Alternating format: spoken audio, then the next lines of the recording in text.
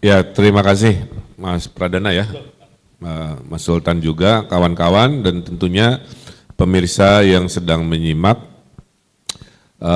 Saya baru pulang dari IKN, progresnya sesuai on track. Saya akan mulai dulu dari yang sering pertanyaan warawiri di media sosial lah ya, gitu ya. Karena kan mohon maaf suka dijadikan bahan perdebatan yang kadang-kadang dasarnya tidak valid, hanya dasar suka tidak suka gitu, itu enggak ilmiah. Pertama begini, IKN itu sangat penting, ya, itu harga diri sebuah bangsa. Masa ada bangsa tidak punya ibu kota negara kan? Pasti punya. Problemnya adalah ada ibu kota negara yang tidak disengaja oleh peristiwa sejarah, ada ibu kota negara yang disengaja didesain dari nol, kira-kira gitu. Nah sampai hari ini kita ini masuk golongan negara yang punya ibu kotanya tidak disengaja karena peristiwa sejarah itu. Makanya karena tidak disengaja, tidak didesain, disiapkan proper untuk menjadi sebuah ibu kota dengan segala instrumennya. Ya, itulah Jakarta kita hari ini.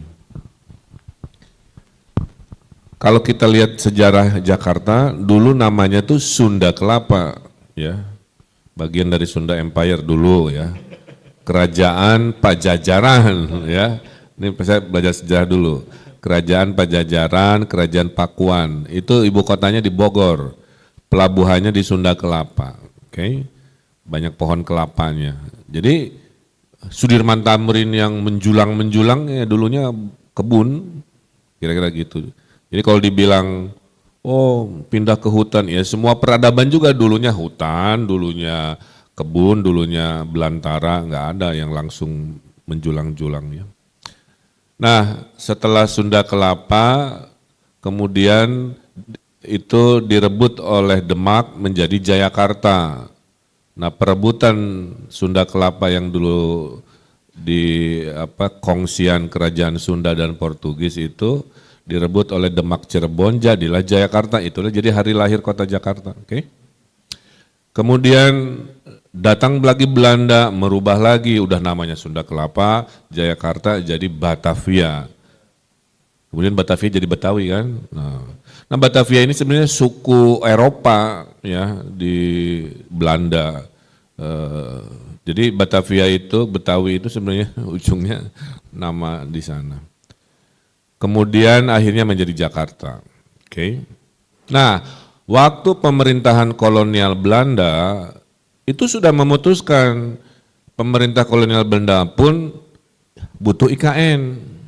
Oke. Maka tahun 20-an disiapkan rencana IKN. Jadi IKN itu udah dari zaman kolonialnya juga. Di mana? Di Bandung. Jadi Bandung tuh IKN. Tapi kan takdir sejarahnya, alhamdulillah tidak ya, karena kita merdeka. IKN.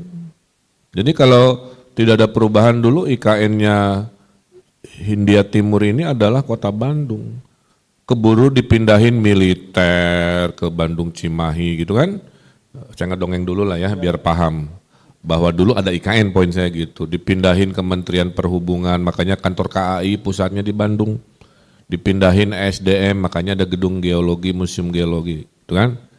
Dideklarasikanlah Bandung IKN tahun 42, keburu Jepang datang, bubarlah rencana IKN, gitu. Ya, nah singkat cerita, karena Jepang datang, kita proklamasi 17 Agustus, kan gitu ya, Jakarta menjadi pusat, nggak sengaja, karena proklamasinya di Jakarta. Tahun 50-an, Undang-Undang DKI ibu kota lahir, meminta ke Jawa Barat, karena dulu Jakarta itu bagian dari Jawa Barat, maaf ya, diminta sebuah kotanya namanya Jakarta untuk jadi daerah khusus ibu kota. Kita orang Jawa Barat kan orangnya baik-baik kayak saya, jadi merelakan salah satu kotanya menjadi DKI. Jadilah DKI yang kita kenal hari ini gitu. Nah, IKN versi Indonesia bukan oleh Pak Jokowi. Dari awal sudah oleh Bung Karno. Tuh. IKN-nya Bung Karno adalah di Palangkaraya. Jadi kalau ada yang bilang ini mengkelirikan ke di netizen ya, oh ini keinginan Pak Jokowi, enggak. IKN itu dari zaman Bung Karno sudah dikaji, pilihannya Palangkaraya kan, karena situasi belum memungkinkan nggak jadi. Zaman Pak Harto dirubah lagi, IKN-nya ada zaman Pak Harto, jangan lupa loh, IKN-nya di Jonggol, ya. Ramelah calo-calo tanah rame di Jonggol, nggak jadi. Wah sekarang jadi rugi besar karena paham ya. Ini menjawab IKN ini keinginan Pak Jokowi, bukan. IKN ini keinginan bangsa negara dari zaman Soekarno, dari zaman Soeharto. Nah kebetulan di zaman Pak Jokowi lah momentumnya ada, kira-kira begitu ya. Dipilihlah yang di tengah-tengah yang namanya Penajam Pasir Utara. Kenapa nggak di Palangkaraya? Palangkaraya itu di tengah, ini butuh agak ke laut dikit, ya di tengah tapi ada lautnya, makanya dipilihnya PPU itu yang dekat Balikpapan. Ya, jadi ini menjawab bahwa IKN ini sudah ada dari dulu, dari zaman kolonial, dari zaman Orde Lama, dari zaman Orde Baru, hanya tereksekusi di zaman Pak Jokowi, itu satu. Berikutnya, nah, kalau IKN ini pindah, sebenarnya membantu Jakarta. Apa problem Jakarta hari ini? Kemacetan, polusi, betul? Ketimpangan dan lain sebagainya. Poinnya bukan kita meninggalkan masalah dengan katanya pindah ke IKN sama dengan meninggal masalah kok ditinggal bukan diselesaikan gitu kan? Apapun yang mengurangi beban Jakarta itu solusi. Dengan pindah ke IKN memang tidak menyelesaikan 100%, tapi sudah ibarat ya kalau kita nahan beban nih pakai tas ransel gitu kan, ini kilogram berat beban kita udah berkurang dengan konsep IKN. Walaupun beban beratnya masih ada. Apa solusinya supaya tidak polusi, tidak macet? Kalau saya ya ngusulin work from home itu dipermanenkan untuk industri-industri tertentu. Jangan pas COVID kita bisa work from anywhere, from home, pasca COVID balik lagi ya 9 to 5 di corporate. Menurut saya enggak begitu. Mohon maaf ya, waktu saya gubernur, provinsi yang pertama membolehkan work from anywhere ke PNS secara resmi, legal itu Jawa Barat. Konsepnya 4-1, 4 kerja, 1 di anywhere. 3-2, 3 kerja, 2 di anywhere gitu ya, dan seterusnya. Jadi kitanya harus berubah. Nah jadi beban Jakarta akan berkurang. Ya. Bayangkan kalau sudah pindah, itu gedung-gedung kementerian apa? Kan jadi sebuah gagasan besar Jakartanya. Bisa aja dibongkar jadiin RTH, wah RTH termahal tuh. Bisa, karena ada 1.600 triliun aset pemerintah pusat di Jakarta. Yang bisa dimanfaatkan secara teknis 300 triliunan. Mayoritas di Monas, bayangkan di Monas tiba-tiba jadi pedestrianisasi gitu ya. Gedung-gedung kementerian tiba-tiba ada yang jadi RTH, jadi museum, ada jadi tuh ngurangin beban banyak sekali. Nah jadi Jakarta poin saya akan mendapat banyak benefit dengan pengurangan beban pindahnya IKN dan juga pasca aset-aset itu nanti dikonversi jadi kemaslahatan. Berikutnya, IKN ini pusat pemerintahan atau kota? Kalau pusat pemerintahan itu cuma kumpulan kantor-kantor pemerintah, oke? Itu namanya Putrajaya di Malaysia gitu.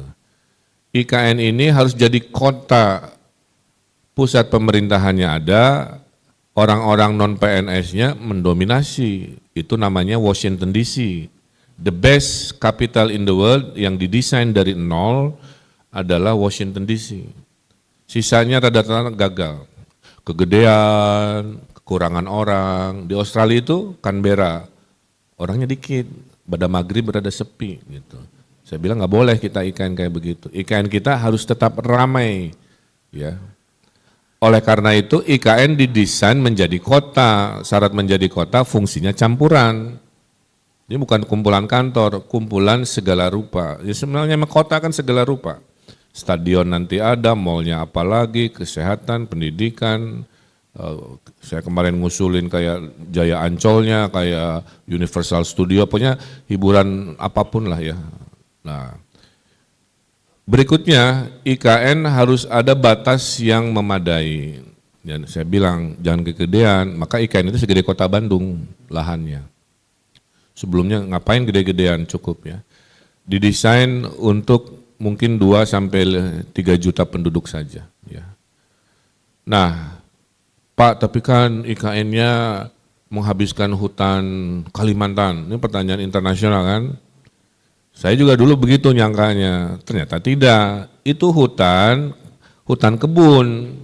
Karena yang ditanam hanya eukaliptus yang tiap 6-7 tahun ditebang seluruh kawasannya, kemudian kayunya diambil dijadiin kertas, jadiin tisu, jadiin produk-produk kertas kan. Tanam lagi dari nol, tumbuh lagi tiap 6 tahun, panen lagi. Jadi itu bukan hutan lindung, bukan hutan yang keragaman, itu monokultur. Monokultur itu cuma satu jenis gitu ya. Nah, oleh Pak Jokowi dan tim akan dihutankan dalam arti sebenarnya, yaitu tanamannya tidak satu. Eukaliptusnya boleh, tapi kan pohon trembesi, pohon yang bikin burung datang, bikin monyet datang, itu lagi ditumbuh-tumbuhkan. Ya. Nah, jadi komitmen menghutankan kembali hutan komersial, hutan kebun produksi ini, itu serius. Ya. 15 juta pohon aneh-aneh, tropis akan ditanam di IKN. Jadi bayangkan kalau itu berhasil, 5-10 tahun lagi itu wajah hutannya itu enggak homogen lagi, udah kayak hutan tropis ya. Segala ada. Dan kita harapkan kalau ke sana enggak ada faunanya karena dia kebun monokultur. Suatu hari saya ingin lihat ada macam-macam.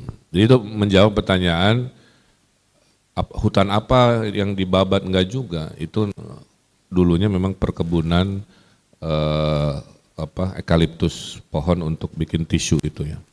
Nah itu dulu ya menjawab isu masalah ini. Nah kemudian berikutnya IKN ini harus kelas dunia. Ciri kelas dunia artinya harus terbaik dalam semua hal.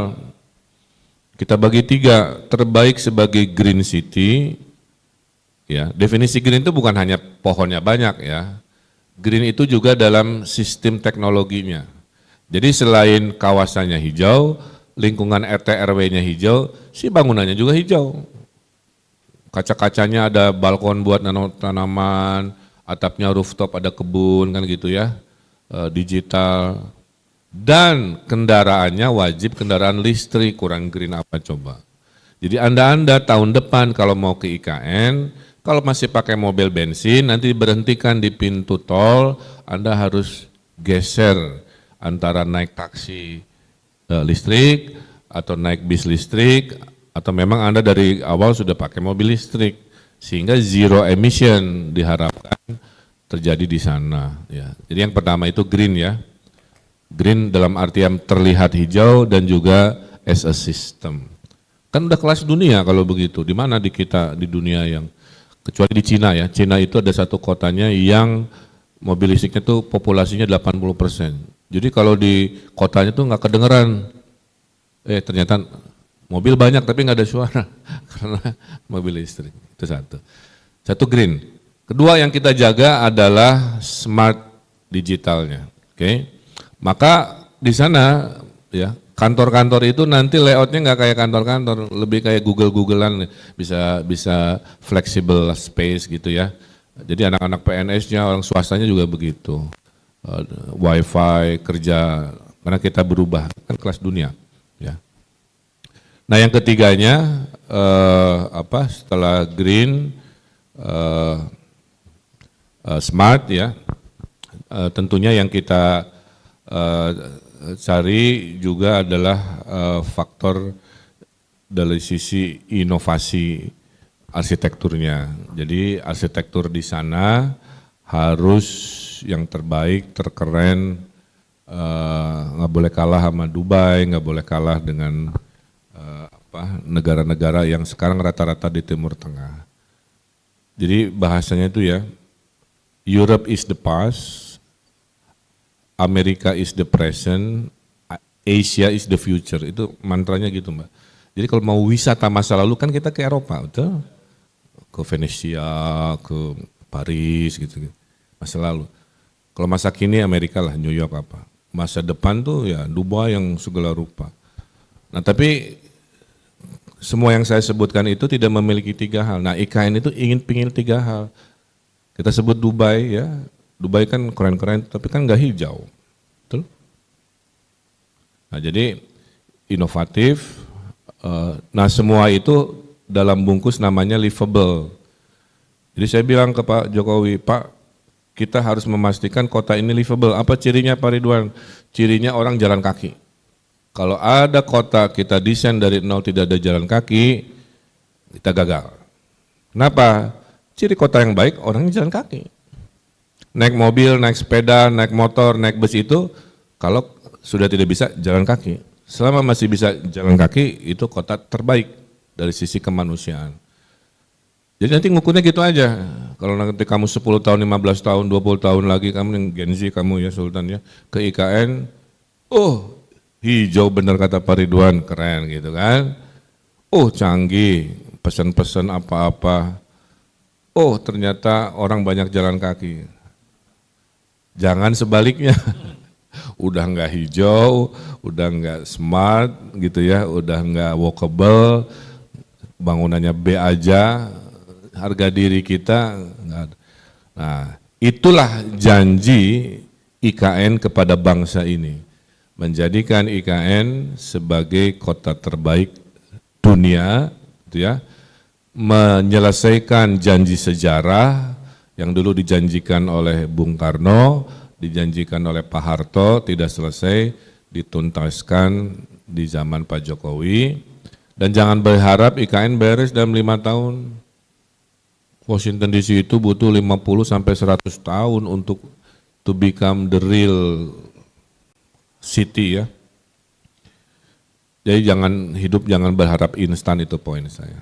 Tapi tahun depan bulan Agustus saat proklamasi kemerdekaan dirayakan di 2024 itu kantor pemerintahannya sudah semua.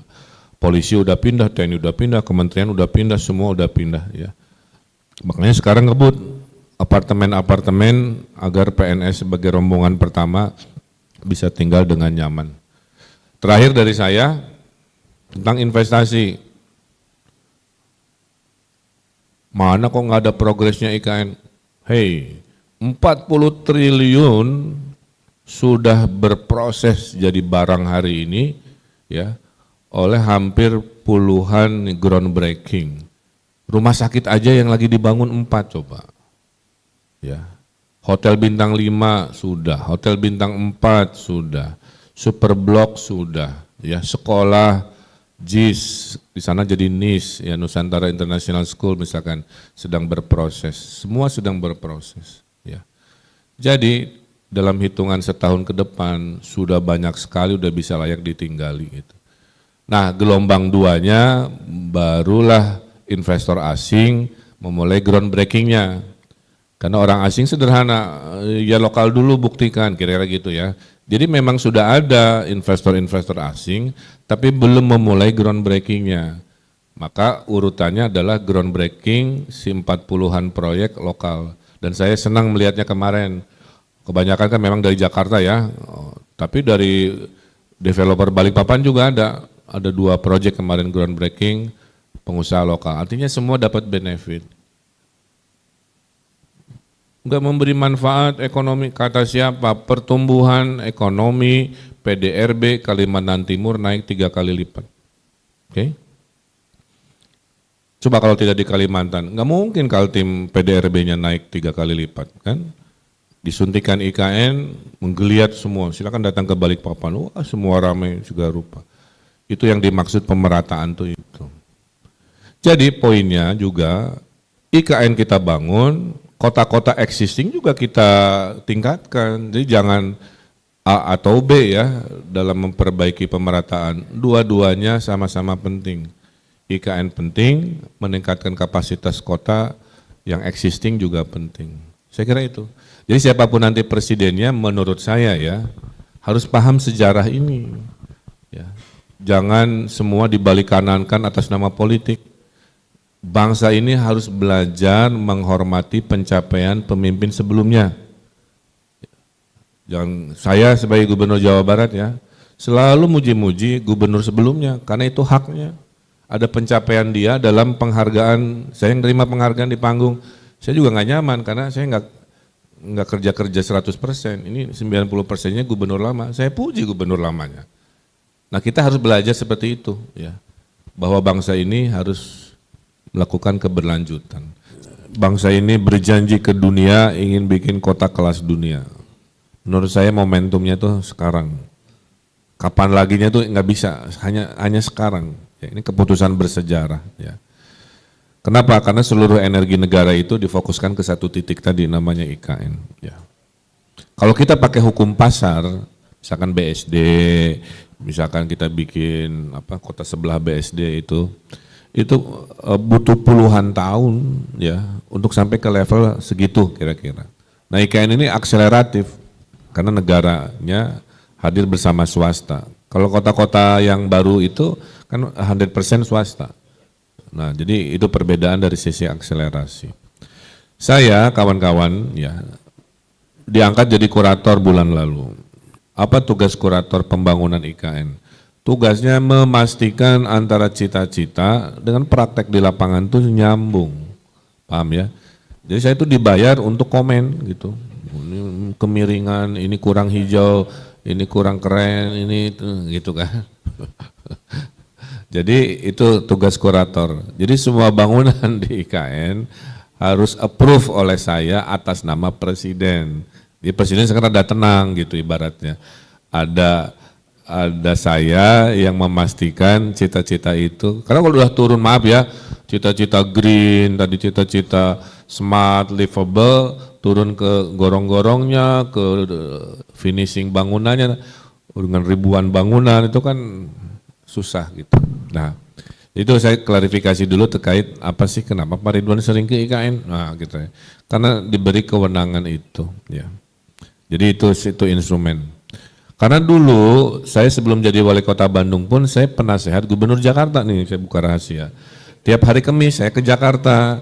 Di zaman Pak Sutioso, di zaman Pak Fauzi Bowo, tugasnya meriksain semua bangunan yang mau dapat IMB di Jakarta. Udah sesuai aturan belum, udah keren belum. Jadi tugas itu pernah saya lalui ya.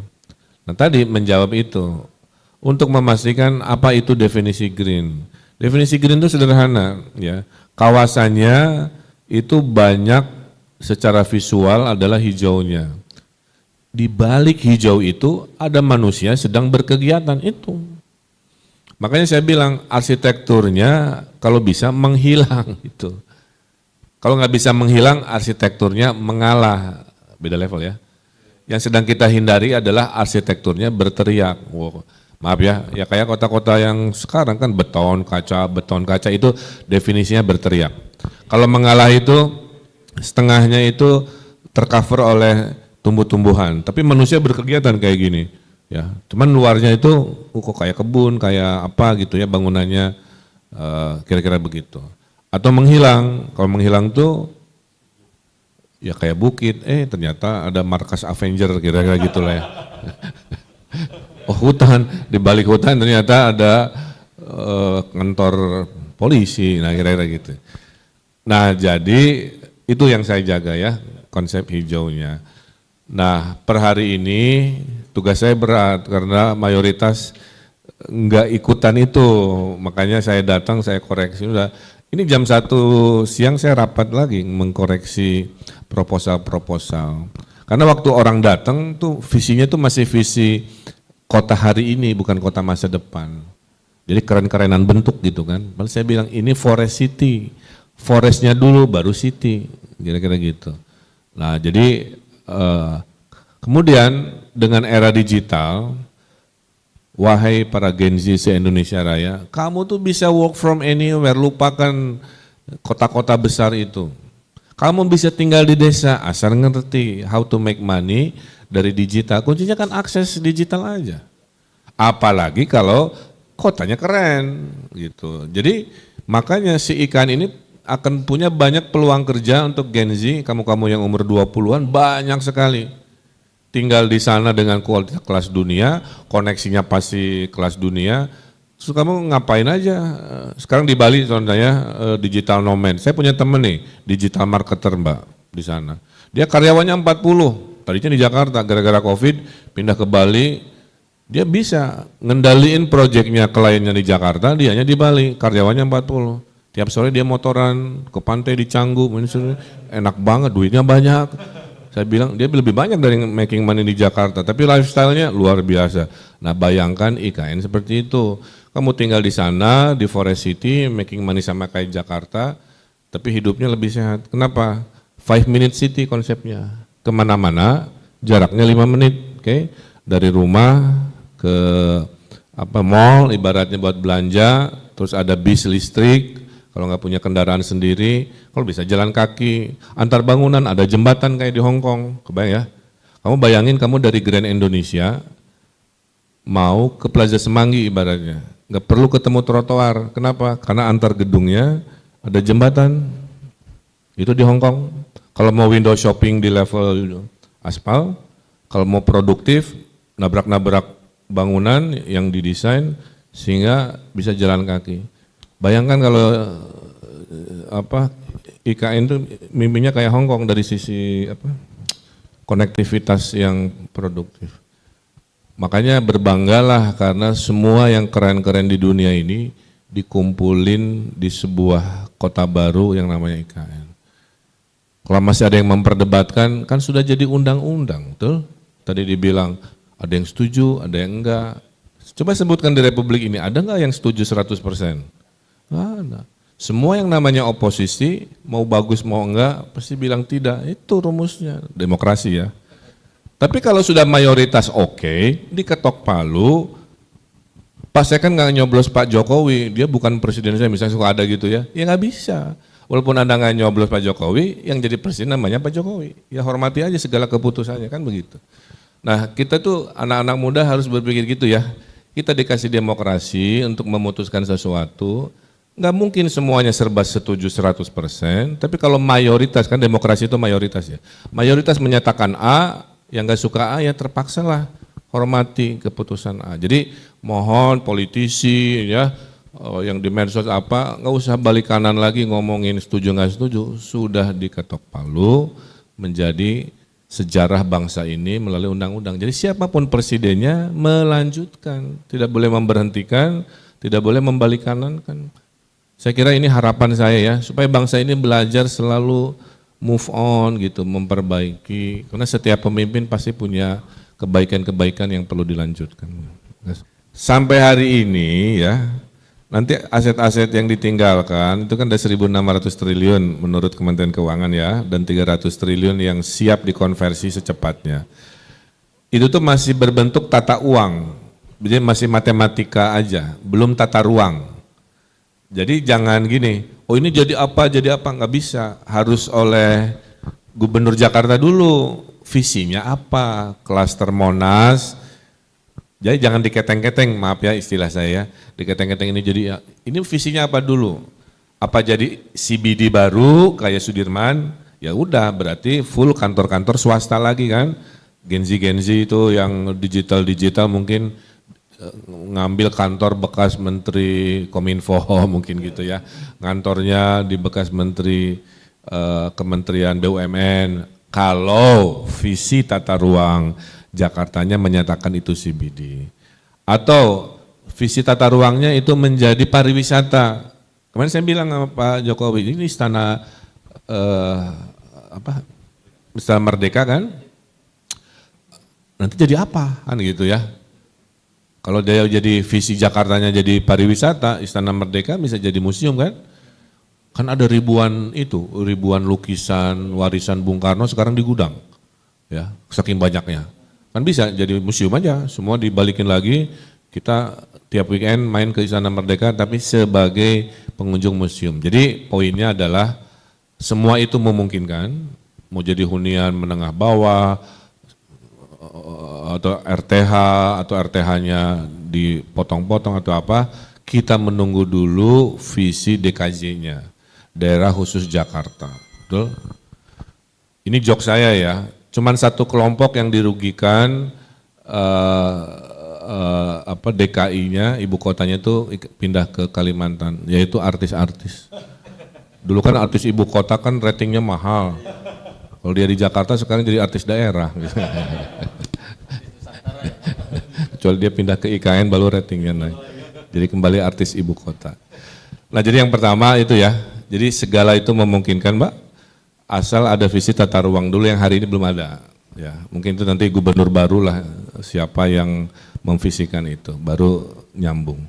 Nah yang kedua, Pakubuwono Nusantara saya kasih angka 9, itu angka tertinggi. Kenapa? Semua yang saya omongin ada di gambarnya. Satu, lingkungannya udah kayak hutan. Oke. Kedua, bangunannya itu setengahnya menghilang karena tiap balkon ada taman kecil unitnya. Di atasnya ada kebun.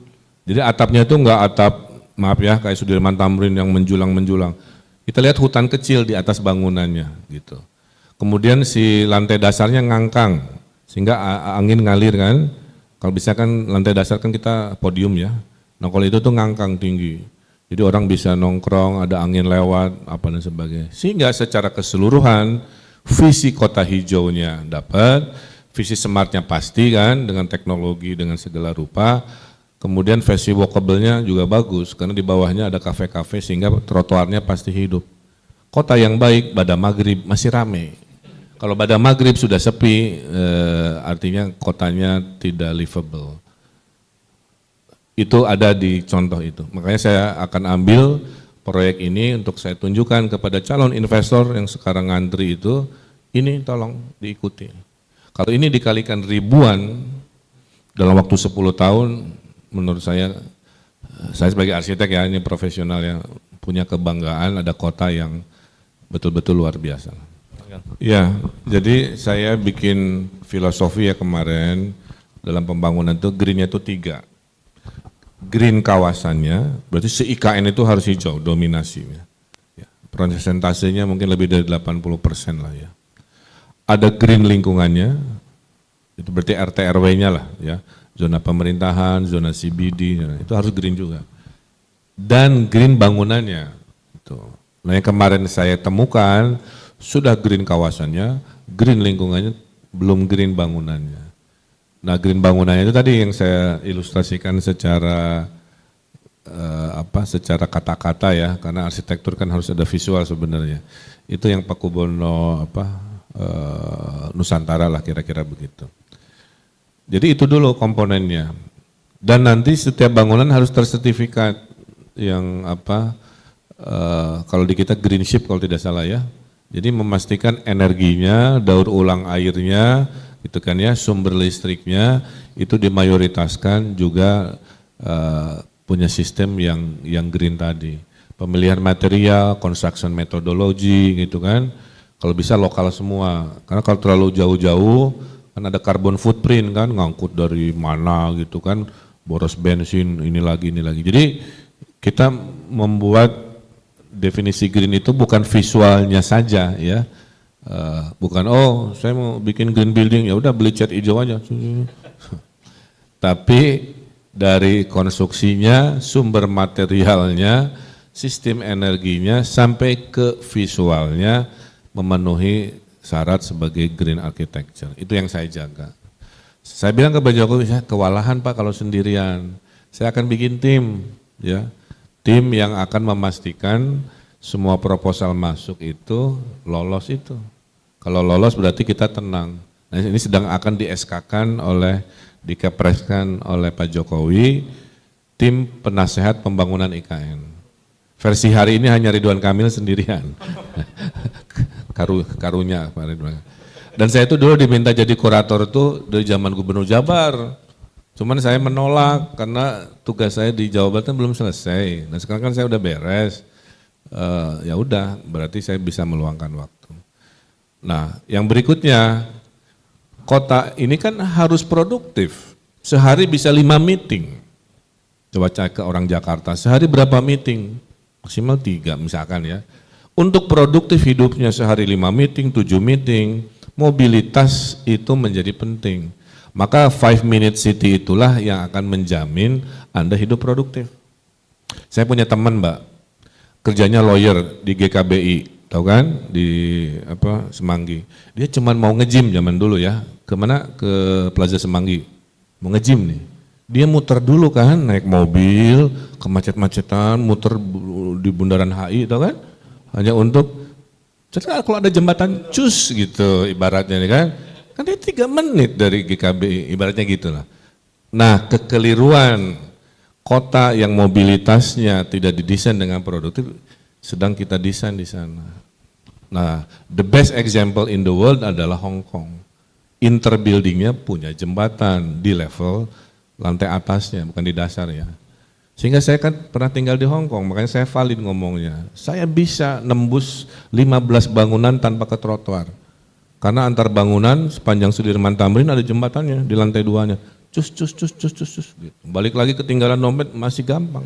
Makanya orang Hong Kong jarang ingkar janji. Nggak ada alasan, oh macet, nggak bisa. Nah, the best example dari seluruh dunia ini Mbak, sedang divisikan, ada semuanya di IKN. Tinggal, ya orang Indonesia ya, antara narasi dengan aksi kadang-kadang suka nggak nyambung. Kadang-kadang itu tugas saya memastikan narasi dan aksi di lapangan sesuai. Saya bilang ke Pak Jokowi, Pak kita reuni lagi 2045 ya. Bapak usia 84, Ridwan Kamil 74 kan. Kita datang lagi, apakah IKN yang kita visikan berhasil atau malah gagal kan? Nah itu dari awal makanya kita pastikan ada sistem itu. Saya sudah mengingatkan 2 hal. Pada saat hadir peradaban baru, peradaban lamanya itu harus lestari, harus ikut maju. Saya ketemu sama Bupati ya, Penajam Pasir Utara. Pak jangan sampai loh Pak, IKN-nya mentereng, keluar IKN warga Bapak masih MCK-nya buang hajat outdoor gitu kan, pasalnya jelek, jangan nanti sila kelimanya enggak hadir. Nah jadi akhirnya dibahas kemarin bagaimana IKN sebagai peradaban baru membuat peradaban lamanya ikut naik kelas, jangan jadi jomplang kan. Tuh. Jadi itu dampak yang kedua, urusan hayatinya kan. Kalau dulu misalkan di sebuah negara ya biasa jalur migrasi gajah, tiba-tiba ada jalan tol. Gajahnya bingung kan, ketabrak-ketabrak, dibikinlah jembatan fauna. Nah hal-hal begitu juga sudah diingatkan. Bagaimana pada saat kita bikin jalur manusia tuh, si jalur-jalur faunanya itu harus bagian dari planningnya, ya kira-kira begitu. Nah itu juga selalu diingatkan. Makanya WWF ikutan kalau nggak salah ya, tolong dicek ya. Silahkan semua berpartisipasi gitu, jangan hanya nunjuk-nunjuk komen-komen tanpa nenggak. Makanya acara saya pagi ini adalah mengklarifikasi tadi ya, saya bacakan di komen-komen netizen tuh macam-macam. Saya jawab semuanya, dari sejarahnya, dari konsepnya, cara merawatnya, komitmennya dan lain sebagainya. Jadi itu Mas ya, jadi peradaban lama harus ikut maju, peradaban alaminya harus lestari, berdampingan, harmonis, sustainable dengan si peradaban barunya. Kalau itu ada, itulah contoh yang baik dari visi kita, saya kira itu. Ya gini, yang pertama, kalau saya investor, saya pasti wait and see. Oke, bener nggak nih? Yakin nggak? Nah, gitu kan. Maka yang minat asing itu memang sudah banyak, udah ada LOI istilahnya, letter of intent, suratnya itu udah ada. Tapi memulai groundbreaking mereka masih nunggu. Makanya kebijakan kemarin untuk membuktikan kepada investor asing yang sudah bikin surat-surat perjanjian mau itu, didahulukanlah yang lokal-lokal kan, yang komunikasinya lebih cepat, lebih murah. Maka tadi saya sampaikan Mas, per hari ini sudah 41 triliun lebih ya uang dibelanjakan oleh investor nasional dan sudah di groundbreaking kan, kira-kira gitu ya. Nah sehingga kemungkinan di 2024 groundbreaking investor asing lah mungkin sudah mulai terlihat kegiatan-kegiatannya. Jadi kalau ada yang nanya mana investor asing, memang sudah ada, cuman belum groundbreaking. Kalau yang fisik groundbreaking 41 triliun itu dilakukan oleh pengusaha nasional dan lokal. Kedua, itu juga selalu saya ingatkan, namanya metodologi yang rapih bersih dalam berkonstruksi. Bahwa ada debu, ada lumpur, nggak mungkin nggak ada ya, nama juga membangun kan. Tapi jangan sampai, poin saya, debu dan lumpur itu mengganggu hajat hidup, ya, ekonomi existing yang ada. Contoh ya, misalkan di Kota Baru Parahyangan nih, tempat daerah saya lah ya. Itu tiap pagi Mas, tukang sapu-sapu proyek itu selalu ngebersihin tumpahan pasir atau tumpahan tanah ya yang dibawa mobil-mobil proyek kira-kira begitu. Terus sebelum masuk proyek atau setelah masuk proyek itu si truknya direndam dulu di kolam supaya si bannya itu dicuci dulu. Nah hal-hal begitu saya juga kemarin ngingetin ke tim PUPR ya karena mayoritas proyeknya kan PUPR. Jadi kalau ada berita itu tolong kabari lagi, pasti ada hal yang mungkin kelewat sehingga harusnya konstruksinya rapi, bersih gitu ya, tidak ada komplain dari masyarakat. Gitu. Kemarin kita ada groundbreaking Universitas Gunadarma. Saya senang banget, kenapa? Itu 100% yang jadi mahasiswanya adalah warga situ, yang puluhan tahun nggak punya universitas. Ya. Dengan ada begitu kan saya udah kebayang, dia lulus kan kerja di IKN semua mayoritas. Kita akan kekurangan orang di sana untuk segala rupa. Maka lagi dikebut sekolah juga. Tapi poinnya semua yang terbaik termasuk proses konstruksi harus kita hadirkan. Ya, IKN adalah keputusan sejarah, keputusan kolektif bangsa ini. Tugas kita sekarang bukan lagi balik kanan ke belakang, mempertanyakan lahirnya kenapa. Tugas kita adalah membersamai, tugas kita adalah mengawal, memastikan semua cita-cita, semua hal-hal terbaik itu seperti yang dijanjikan itu hadir. Karena harga diri bangsa kita akan ada pada saat IKN ini sukses. Kita akan naik kelas menjadi sebuah bangsa. Sampai hari ini kan misalkan presiden tinggal di istana bikinan penjajah. Betul? Itu kalau di zoom kriwil-kriwilnya itu artinya filosofi barat semua itu. Bukan keluhuran budaya timur kita. Nah momennya ya sekarang. Kita bisa, kita mampu, kita punya kekayaan luar biasa, maka IKN itu nanti jadi etalase keberagaman kebudayaan Indonesia dalam bentuk kota yang selama ini tidak pernah ada. Ya. Nah oleh karena itu IKN membuka diri terhadap perdebatan, terhadap masukan, kritikan, selama kritikan itu adalah membersamai, menyempurnakan. Bukan debat kusir, kembali lagi ke urusan kenapa bayi ini lahir gitu ya. Udah lahir bayinya, tinggal kita rawat, kita bajuin, kita kasih gizi supaya jadi anak sehat, anak berguna, ibaratnya gitulah ya. Nah jadi si ikan ini udah lahir, jangan mempermasalahkan lagi, masukin lagi atau kenapa lahir. Saya kira itu, sehingga dalam perjalanannya karena ini milik semua, silakan kritisi, silakan kasih masukan ya. Dengan konteks membersamai tadi. Saya kira itu, terima kasih. Baik, terima kasih. Mari kita berikan tepuk tangan yang paling meriah untuk Kang Emil juga Mas Sultan. Terima kasih Kang, terima kasih juga. Subscribe Berita Surakarta.